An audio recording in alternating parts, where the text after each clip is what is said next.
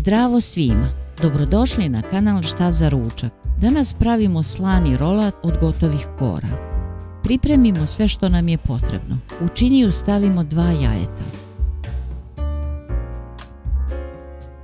Malo posolimo i umutimo.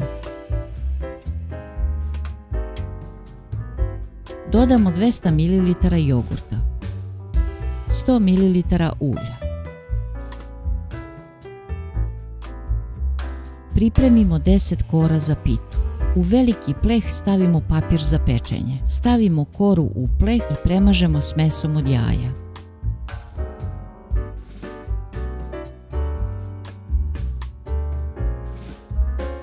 Stavimo drugu koru i premažemo. Premazujemo svih 10 kora.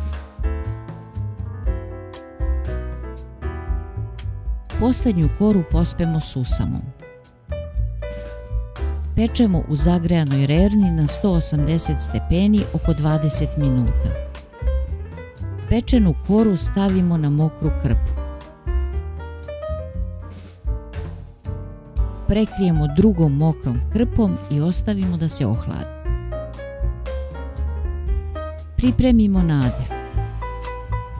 200 g pavlake i 100 g krem sira izmešamo. Ohlađenu koru prebacimo na foliju. Premažemo nadevom.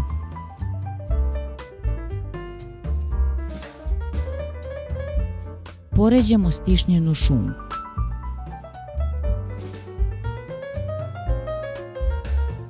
Premažemo još jedan sloj pavlake preko. Uzmemo šunku, premažemo nadevom i uvijemo u rolnicu. Stavimo na ivicu kore. Napravimo još jednu rolnicu. Sada uvijemo koru u rolat i u foliju.